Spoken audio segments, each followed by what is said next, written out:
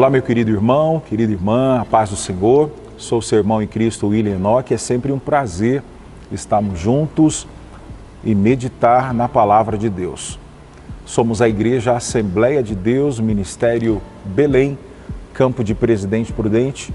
A nossa igreja é presidida pelo pastor Samuel Padilha de Siqueira e todos nós damos boas-vindas a você, a sua família, para esse momento tão importante de estudo da nossa Escola Bíblica Dominical. Nessa ocasião, estamos estudando a nossa sexta lição, a Justiça de Deus. Salmos 18, verso 26, é o texto áureo da lição de hoje. Com o puro te mostrarás puro, e com o perverso te mostrarás indomável. A justiça de Deus. A verdade prática, os agentes do juízo divino revelam que a responsabilidade é pessoal. Nós temos a leitura bíblica em classe em Ezequiel, no capítulo 14, do versículo 12 ao versículo 21, que certamente você já leu ou irá acompanhar no estudo da aula de hoje. E nós vamos estudar e temos esse privilégio hoje de aprender como a estrutura de Ezequiel no capítulo 14, como que isso implica para entender o propósito, para entender de qual maneira ou como foi a atuação profética, entender, por exemplo, como que é aplicado esse discurso. Veja, é importante compreender a estrutura do discurso e tem uma pergunta na nossa introdução. Estaria o profeta partindo do genérico para o específico? Ou seja, estaria de uma terra qualquer para depois se dirigir à casa de Israel? É o que parece. A primeira parte dessa palavra profética, ela é genérica, ela é ampla, ela é uma palavra abrangente. Mas a segunda, ela é muito específica, ela é direcionada. Para quem? É dirigida para Jerusalém. A lição de hoje tem por objetivo mostrar e explicar a retribuição divina ao pecado de uma nação. Então você certamente conhece o que é justiça, já ouviu falar de justiça. Então, na justiça nós temos o equilíbrio, é na justiça que nós temos o princípio da conformidade, da igualdade, é o estabelecimento dessa relação com aquilo que é direito. Na justiça nós temos também o reconhecimento do mérito, é na justiça que nós temos esse princípio ou uma virtude moral. E estudar sobre a justiça divina, a justiça de Deus, lembre do texto áureo que já lemos, com o puro te mostrarás puro, mas com o perverso te mostrarás indomável. Por isso que a responsabilidade é de cada um de nós, por isso que a responsabilidade é do indivíduo. Então é tudo isso que vamos aprender na lição de hoje. Vamos aprender no primeiro tópico sobre a identificação do juízo divino. Vamos estudar sobre a petição de Deus, a petição que Deus não atende, e sobre a intercessão de Noé, de Daniel e de Jó. Mais especificamente, muito curiosa a questão da citação, ou por que Daniel aparece nesse contexto. Então eu te convido a continuar conosco neste canal e aproveito para que você divulgue, compartilhe, envie aos seus amigos, aos irmãos, para que mais pessoas sejam alcançadas pelo poder da Palavra de Deus. Você segue aí no primeiro tópico com nosso amigo, nosso irmão, pastor Diego Fonseca. Olá, queridos, paz do Senhor Jesus, que bênção estar aqui com você nesse encontro de todas as semanas. Você nos dá a licença de entrar em sua casa e de compartilhar uma porção da Palavra de Deus. Muito bom ter a sua sintonia nessa programação. Como o pastor William disse, a bênção do nosso presidente, nós construímos aqui alguns argumentos e subsídios que podem lhe assistir na Escola Bíblica Dominical. Bem, a lição de número 6 vai falar um pouquinho sobre a justiça divina. E eu quero convidar para que a gente possa, nesse momento, fazer uma introdução e dialogar o primeiro assunto, que vai falar um pouquinho sobre a identificação do juízo divino. Introdutoriamente, há um item específico que o pastor Ezequias destaca, dizendo que a presente lição tem o objetivo de mostrar, explicar a retribuição divina ao pecado de uma nação. Então, você tem noção clara a esse respeito? Fique conosco até o final, assista aos argumentos expostos nos presentes tópicos, faça sua análise, uma crítica, naturalmente, a fim de que a estrutura do conhecimento seja ainda mais clara, e faça os apontamentos que você achar necessário diante da sua sala de aula. Minha gente, o tópico 1, como já apresentei, a respeito da identificação do juízo divino, o pastor Ezequias argumenta esse assunto por 3 caminhos, né? A começar pelo discurso profético. A ira de Deus, ele vai dizer, nunca acontece sem uma justa causa e sem um aviso prévio, em momento algum da história. Isso a Bíblia, como nossa regra de fé, comprova, quer vétero ou neotestamentário. Nós temos elementos que comprovam isso, não só a Bíblia, né, como qualquer outro livro, desde que o sujeito não tenha o interesse de dissolver e de desconstruir a figura divina, você vai ter a percepção de que em momento algum Deus foi injusto com alguém, né? Até a figura de Jó, que aparentemente no seu debate com os seus amigos, consigo mesmo, na construção de um diálogo com a entidade divina, com Deus, ele vai reconhecer no final que Deus não havia sido injusto com ele, havia uma série de permissividades que possivelmente muita gente não compreende por conta do tamanho da proporção causada na vida de Jó, mas até ali Deus não tinha sido injusto com ele. Foi uma prova de fé da qual Jó, muito embora humanamente falando tenha errado em alguns momentos, ele venceu, né? Ele superou e teve tudo em dobro no final. Isso prova a justiça de Deus. Contudo, em nenhum outro momento você consegue perceber um Deus injusto. Pelo contrário, Deus é extremamente justo, piedoso, misericordioso e compassivo. Tem outros elementos também, como o juízo. Isso não pode ser deslocado da sua natureza, né? Mesmo Deus que é lido como bondoso, que faz o exercício de um atributo que é a bondade, também é um Deus que exerce a sua justiça, isso é um fato. E especialmente dentro do parâmetro veterotestamentário, é muito possível que a gente se depare com uma situação muito mais próxima a essa realidade de um Deus que permite que a sua justiça se aplique, né? E Israel foi um exemplo claro nesse sentido. Aliás, né, a gente consegue ter essa percepção a partir de alguns textos, né? Tendo em vista que Deus sempre ofereceu oportunidade de arrependimento, mesmo quando percebeu que estava sendo traído pelo seu povo, diante da prostituição, do adultério espiritual cometido pela nação de Israel. E por vezes isso se sucedeu desde um contexto mosaico até um contexto onde os sujeitos judeus foram levados cativos para a Babilônia. No retorno isso parece que se controla, mas até aquela ocasião, e aí a gente está falando de séculos passados, nós percebemos veementemente um povo que tem dificuldade para conseguir se limitar à adoração apenas a Deus.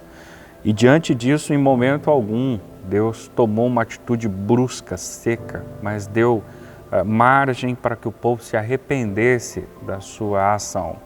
A Bíblia vai destacar alguns momentos. Por exemplo, você deve se recordar, isso é um fator bíblico inclusive, do perdão que o Senhor distribuiu a Nínive, que sequer era um povo escolhido como era Israel.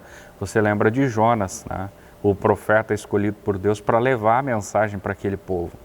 Jonas é lido como o profeta fujão, porque ele, ao invés de ir para Nínive, vai para Tarsis, né? Mas se você abrir um parêntese e ler a história de Jonas, e lê-la não só a olho nu, mas com alguns argumentos que possam fundamentar o contexto histórico, possivelmente você vai se ver em Jonas. Isto é, você cometeria a mesma atitude. Possivelmente você também não se renderia aos caprichos dos ninivitas, né? Isto é, não teria o interesse de que eles fossem alcançados por uma misericórdia, tendo em vista que os ninivitas eram extremamente cruéis. É sabido por todos os leitores da história que era comum entre os assírios, entre os ninivitas mais estritamente, construírem pirâmides de crânios humanos. Isto é, quando eliminavam os seus inimigos, eles degolavam a cabeça, extraíam o crânio e construíam pirâmides, né? Isso para mostrar o poderio existente no seu império. E agora Jonas foi comissionado para pregar para este povo. Imaginem vocês, né? Eu estou dando só um dado muito raso, mas existem outros que comprovam a malignidade existente ali. Mas, como era um projeto de Deus, Deus fez com que o grande peixe tragasse Jonas e o levasse até Nínive, a fim de que ele pregasse para o povo. Ele pregou, irmãos, acredito que um sermão para que ninguém se convertesse, né? Me permita a ironia, mas o povo se achegou a Deus, se arrependeu, né, do que haviam feito, e Deus perdoou os ninivitas. Esses destaques estão expostos ao longo do livro do profeta Jonas, mas o capítulo 3, verso 10 mostra isso com veemência. Tudo bem que em seguida, depois de alguns anos, os ninivitas sofreram o juízo de Deus porque voltaram a pecar, mas a essa altura o arrependimento foi precioso. Uma outra expressão a ser destacada aqui, que o pastor Ezequias, no verso 13 da nossa leitura bíblica, chama de primeira parte do oráculo ou da profecia, é que quando uma terra pecar contra mim, a expressão inicial do verso 13 diz respeito ou pode se aplicar a qualquer povo em qualquer época. Isto é, a expressão ali é uma expressão generalizada, não é uma expressão específica. Por isso que a aplicação, inclusive para o nosso contexto, é muito mais possível. Existem inúmeras possibilidades quando isso é elaborado, tendo em vista que a expressão é muito clara, né? Ela é generalizada, ela não se especifica com especificidade a Israel ou a Jerusalém, como vai acontecer no final do texto.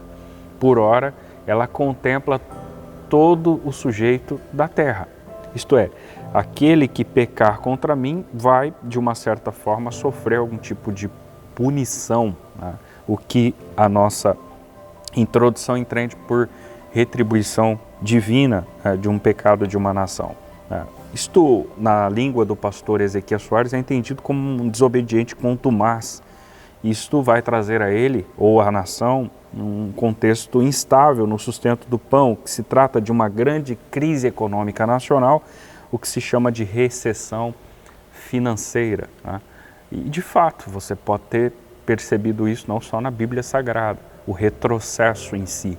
A Bíblia mostra isso por vezes, né? Desde o livro dos Juízes, que a gente tem uma série de oscilações, né? Quando um juiz morre, o povo se perde, um novo juiz traz o povo novamente para um contato com Deus, até o período monárquico, onde nós temos também alguns líderes, alguns reis conseguindo manter uma boa gestão, outros sendo extremamente devassos e promíscuos, o que compromete toda a nação. Isso veementemente é explanado ao longo da trajetória bíblica, mas também ao longo da história a gente pôde ver inúmeras recessões econômicas, inclusive na nossa nação. Então, de uma certa forma, em certo grau, o texto explanado pelo profeta Ezequiel contempla e se aplica também no contexto diário, não obstante, a despeito de estar escrito lá no Antigo Testamento, tem esse alcance de nível macro, né? Bem, por outro lado, o pastor Ezequias Soares também destaca a descrição dos agentes do juízo divino. Você deve se lembrar, por exemplo, com relação às chuvas, e é claro que Deus em sua soberania é quem comanda as chuvas, mas o povo, ao invés de agradecer a Deus por tal feito, transmitia a gratidão a Baal, por exemplo. Capítulo 17, a seguir do primeiro livro histórico de Reis, dialoga um pouquinho a esse respeito. Você se lembra do mau rei Acabe, né, que atribui glória a Baal por conta da fertilidade, da abundância dos víveres existentes na terra. O profeta Elias surge de Tisbé, uma terra desconhecida, mas com muita autoridade, olha para o rei e para toda a nação e diz que não haveria chuva, segundo a sua palavra, e aquilo perdura por 3 anos e 6 meses aproximadamente. A seca agora, o próprio Oséias, capítulo 2, verso 8, também prova algo nesse sentido, era um sinal visível do castigo divino. A fome também, a escassez de alimento, todos estes elementos eram sinais visíveis do castigo divino, porque em havendo uma seca, uma escassez, uma falta de chuva, toda a fauna, a flora, todo ser vivente é comprometido. Então isso era um sinal da operação da justiça divina, né?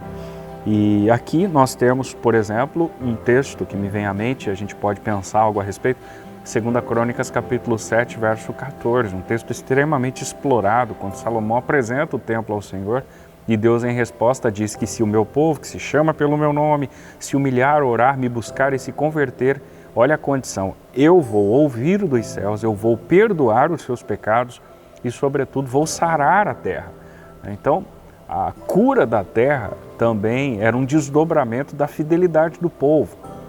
A prosperidade da terra era um resultado da fidelidade do povo, era uma ação que consistia em uma reação. E para fechar esse raciocínio, nós podemos afirmar que essa palavra profética explícita no verso de número 21, e aqui sim, dirigindo-se a Jerusalém, é para qualquer nação e época. Todo esse contexto explanado, se você quiser fazer uma releitura do capítulo 14, os versos 12 a 21 do livro do profeta Ezequiel, você vai perceber que todo esse contexto, em algum momento, se dirige a Jerusalém, mas majoritariamente tem um alcance global, envolve a todas as nações e é atemporal, isto é, em qualquer tempo, inclusive a nossa nação. E nesse exato momento a gente pode refletir um pouquinho sobre isso também. Tópico 2, sobre a petição que Deus não atende. Olha,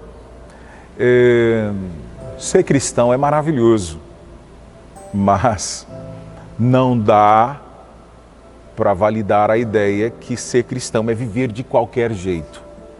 Não, não é assim. Nós sabemos que não.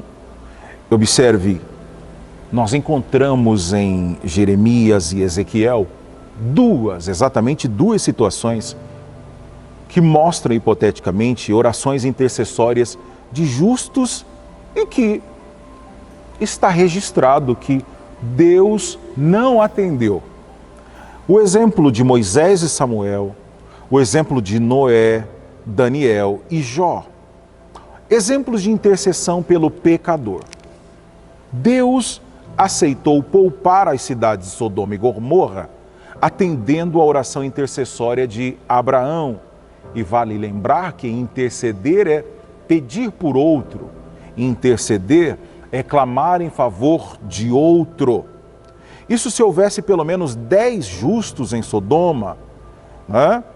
Houve ali uma aceitação naquele primeiro momento e Deus então aceitou ali poupar, beneficiar de alguma forma. Ainda olhando para a Bíblia, Moisés e Samuel, 2 outros baluartes de Israel, eles foram atendidos nas petições em favor do povo nos casos de pecados e rebeliões. Deus perdoou o povo diversas vezes. Deus, então, mesmo que Israel se rebelou contra o Senhor, ainda lá no Monte Sinai, quando eles se desvirtuaram ao ponto de criarem um bezerro de ouro e cultuar, cientes de que toda idolatria estava rompendo com um princípio muito sério da adoração a Deus, mesmo assim, Deus perdoou-os. Deus renova o concerto com os israelitas. Inspirados nessas experiências dos homens de Deus, é que oramos uns pelos outros. É inspirado nisso que intercedemos pelos pecadores, para que eles se arrependam e que eles venham a Cristo. Agora observe, olhe a seriedade e a nossa responsabilidade. Porque às vezes julgamos que determinadas pessoas não teriam mais jeito, não teriam mais possibilidade de ter um encontro com Cristo. Esse não pode ser um pensamento nosso, porque é fato, Deus abomina o pecado, mas Deus ama o pecador, e prova é que eu e você fomos alcançados pela sua misericórdia, pela sua graça, fomos perdoados. Então sim, é verdade, precisamos interceder pelas pessoas, por maior que tenha sido a atrocidade que ela tenha cometido. Até porque Deus perdoa. Em relação ao pecado, Deus perdoa os nossos pecados. O sangue de Jesus purifica-nos de todo pecado. Agora é bom que se lembre que as consequências essas pessoas haverão de assumir. Então observe a responsabilidade novamente. A nossa função é de orar, de interceder, como vimos esses exemplos na Bíblia, que Deus atendeu ao pedido, atendeu ao clamor. No item 2, um castigo inevitável. Foram muitas as rebeliões dos filhos de Israel, você sabe disso. Ao longo da história, desde o deserto, levaram a nação a uma apostasia generalizada. Sim, fizeram o que era mal aos olhos do Senhor, mas chegou a um ponto em que não havia mais retorno, não havia mais condição, não havia mais como oferecer algum recurso para amenizar aquele cenário. E a Bíblia mostra que existem situações em que Deus se recusa, sim, a perdoar a nação e até perdoar algumas pessoas, como aconteceu com o próprio Saul. O profeta Jeremias intercedeu pelo povo, mas Deus, ele endureceu a sua resposta ao profeta, afirmando que nem mesmo Moisés e Samuel seriam atendidos se orassem a favor ou em favor de Judá. Então Deus é amor, Deus é justo, Deus é justiça, mas eu vou retomar aquela ideia, não se pode brincar, não se pode viver na reincidência do erro. Deus perdoa toda vez que eu erro, mas eu tenho que me esforçar para não cair mais no mesmo erro, porque caso isso aconteça, eu estou de certa forma desrespeitando. Eu estou, de uma certa forma, a partir da minha atitude, não dando credibilidade ao exercício do perdão pela qual fomos alcançados. Quando Deus não atende a oração intercessória de um justo, a Bíblia ensina que a oração feita por um justo pode muito em seus efeitos, Tiago capítulo 5 e versículo 16. Agora, observe aqui que o texto não diz que é a oração feita por um santo, por alguém que nunca errou, por alguém que é perfeito, por alguém que é inabalável, por alguém que vive em uma realidade onde ele não tenha nenhuma falha. Não, não, não. A oração feita por um justo. O justo aqui é a ideia daquele que, mesmo que ele tenha passado por situações adversas, mas ao passo que ele reconhece, que ele clama a Deus por perdão, que ele se alimenta da palavra e assenta o seu coração caminhar pelo caminho, pelas veredas da justiça, pelo caminho, à luz da palavra de Deus, ele é justificado pelo Senhor, ele é abençoado pelo Senhor. Mas quando o pecado ultrapassa os limites, Deus não atende às orações intercessórias, porque o pecado para a morte, na linguagem do apóstolo João, é a apostasia total e individual quanto coletiva, que se aparta da fé e abjura o seu Deus. Isso é diferente do pecador que se arrepende. A apostasia é quando se nega a fé que antes defendia. Isso acontecia reiteradas vezes em Israel, mas no período final do reino de Judá não havia mais remédio, senão o juízo divino sobre a cidade de Jerusalém. Você sabe que Deus não leva em conta o tempo da ignorância. Até o momento que um pecador desconhece essa verdade, essa palavra, é bíblico. Deus não leva em conta isso. Então ele aceita Jesus, passa a ser uma nova criatura, eis que tudo se fez novo, mas agora eu sou ensinado, agora eu aprendo a verdade, agora eu sou orientado como andar de maneira a agradar ao Senhor. E se, por uma decisão pessoal, eu escolher romper com essa verdade e não me arrepender, eu também tenho que ter a mesma clareza de que a consequência virá. A justiça de Deus, o juízo de Deus. Então, que o Senhor Deus nos guarde, nos cubra com a sua misericórdia e que possamos sempre, sempre clamar mesmo a Ele por misericórdia. Pedir perdão a Deus pelas vezes que somos ingratos, errantes, limitados, às vezes somos inconsequentes. Mas quando o nosso coração se quebranta, quando há um arrependimento sincero, Deus nos ajuda. E dessa forma, nós podemos interceder pelos outros. É o que diz o texto sagrado: humilhai-vos debaixo da potente mão do Senhor, porque Ele ao seu tempo nos exaltará. Que esse Deus continue conosco, nos ajudando e nos preservando em humildade e em compromisso com a sua palavra, e que possamos continuar orando uns pelos outros e vencer as batalhas em nome do Senhor Jesus. Deus abençoe sua vida. Tópico 13, eu convido você para a gente refletir um pouquinho a esse respeito e caminhar para o encerramento do nosso encontro de hoje. O título é sobre a intercessão de Noé, Daniel e Jó. Olha só, um tema interessante.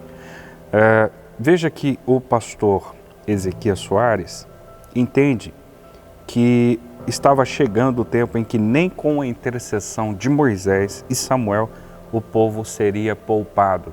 A gente precisa pensar em contexto histórico. Eu não posso fazer uma fala aquém de um contexto histórico, né? A hermenêutica, a regra de interpretação, ela não permite que eu faça isso, a exegese muito menos, né? Porque senão eu posso causar exegeses, inserções na Bíblia e dizer algo que talvez não seja o sentido propriamente dito. Qual era o contexto histórico? O povo havia sido levado cativo, o próprio profeta em questão, autor da literatura, está no cativeiro, às margens do rio Quebar. E qual era a razão pela qual esse povo havia sido levado cativo? A razão era muito simples: a idolatria talvez seja a maior causa, dentre outras demandas que poderiam ser exploradas aqui. Então era o resultado de uma infidelidade, isso é um fato, né? E tem como comprovar isso em diversos textos bíblicos. O que o autor atinge a essa altura, e você pode fazer uma releitura da leitura bíblica em classe, é que a mão ou a justiça de Deus veio sobre o povo de tal forma que até uma intercessão de figuras tão representativas como o próprio Moisés e Samuel a priori, sem falar das outras figuras, Noé, Daniel e Jó, não fariam diferença em relação ao povo. Eu não teria tempo suficiente para não alongar o nosso vídeo, mas eu gostaria de ler alguns textos aqui com vocês, se pudesse, só para vocês verem a forma como Ezequiel trabalha essa temática, né? Depois você faça isso, e eu tenho certeza que você já o fez, se não o fará. Por ora, no primeiro momento, o pastor Ezequias, no tópico 3, questiona por que o povo rejeitou os profetas. Rejeitou porque lembraram e conheceram a história que se sucederam em Sodoma e Gomorra. Você também, leitor da Bíblia, deve se lembrar. Você lembra quando, daquela situação, uma intercessão feita por Abraão, de que se houvessem 10 justos na cidade de Sodoma e Gomorra, se Deus pouparia aquele povo? E Deus disse que sim, que pouparia. Mas nem isso havia, e por ora a destruição veio sobre Sodoma e Gomorra.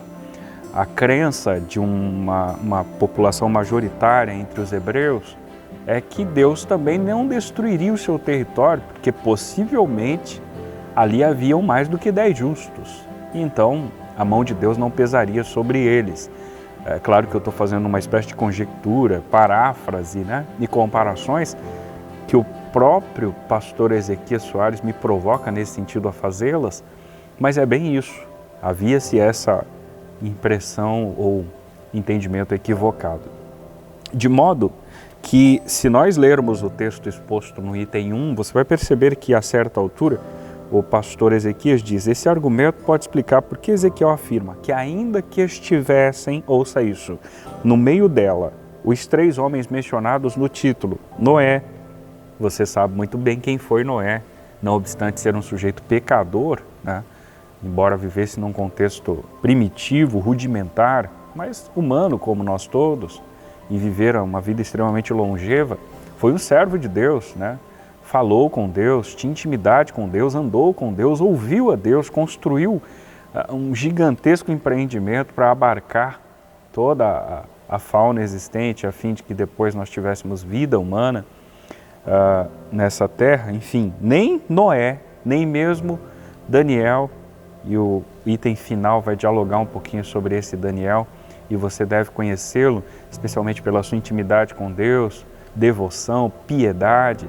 E Jó, que era um homem reto, sincero, que temia e se desviava do mal, mesmo estes sujeitos impactantes ao longo da história seriam capazes de livrar as pessoas do juízo que estava previsto sobre o povo.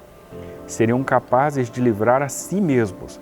Se você retornar à leitura bíblica em classe, como eu os incitei, você vai perceber que o verso 16 dirá que nem filhos e filhas eles seriam capazes de livrá-los.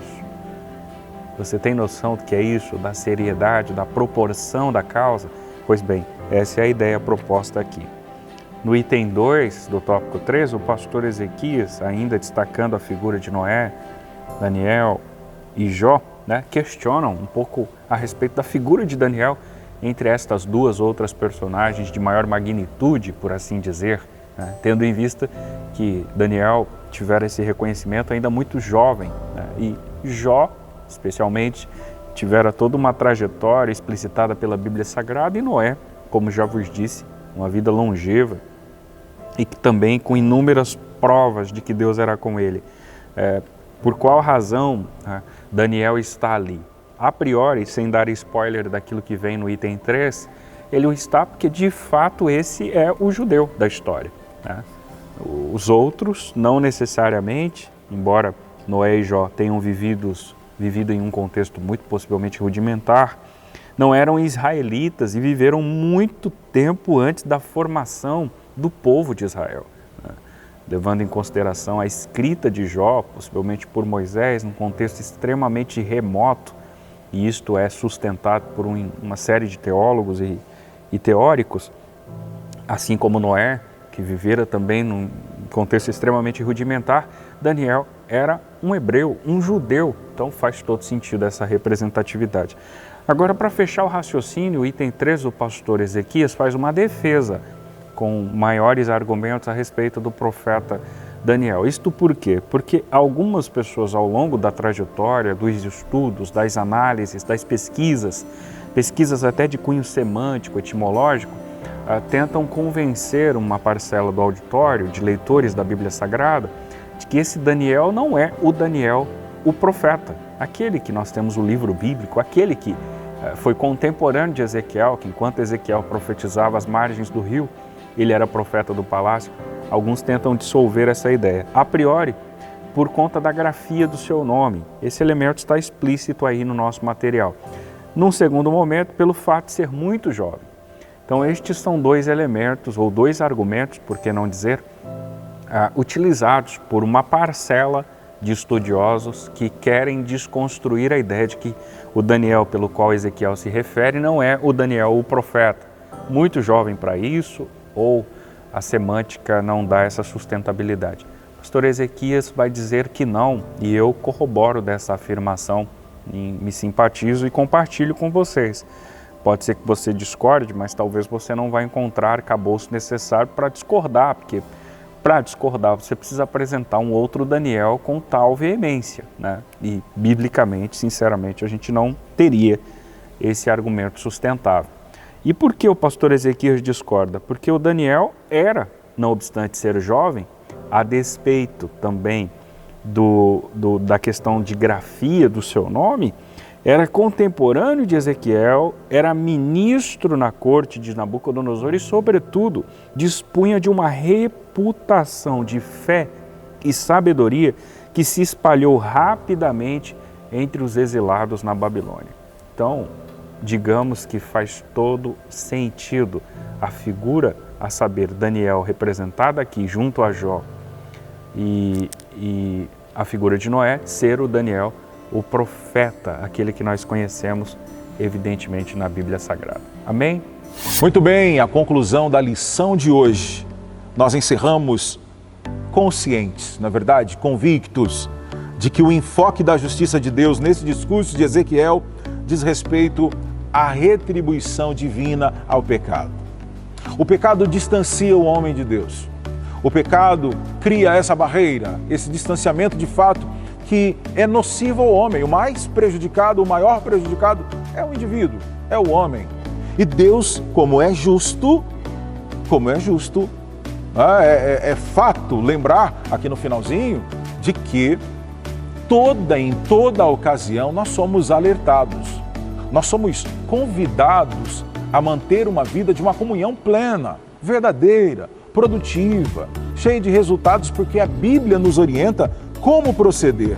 E é importante ter em mente esse conceito para não se confundir com a justiça da teologia paulina, que justifica o pecador que crê em Jesus.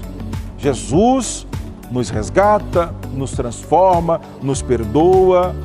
Jesus regenera a nossa vida, mas isso não significa que eu possa viver e manter uma vida desordenada, desalinhada aos preceitos do Senhor. Que possamos ter essa consciência de que a justiça de Deus não nos isenta do pecado. Que Deus nos ajude, que Deus nos guarde, que possamos manter uma vida sempre digna, sempre santa na presença do Senhor Jesus. Eu quero orar com você neste momento. Querido Deus, eterno e glorioso Pai, nós te agradecemos pelo privilégio de estarmos nesse espaço, anunciando a Tua Palavra, aprendendo mais da Tua Palavra.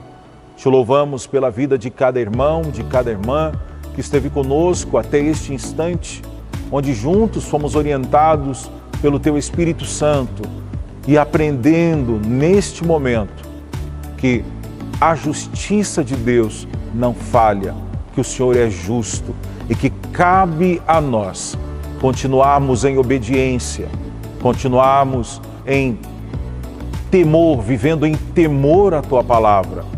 Te peço, Senhor, guarda-nos, ajuda-nos, sustenta-nos em Tua presença e que possamos produzir frutos dignos de arrependimento, pois reconhecemos que sem Ti não somos nada. Reconhecemos a dependência do Senhor todos os dias. Nós Te louvamos por essa oportunidade. Deixe a Tua paz e abençoe cada lar, cada família. Abençoe a nossa igreja.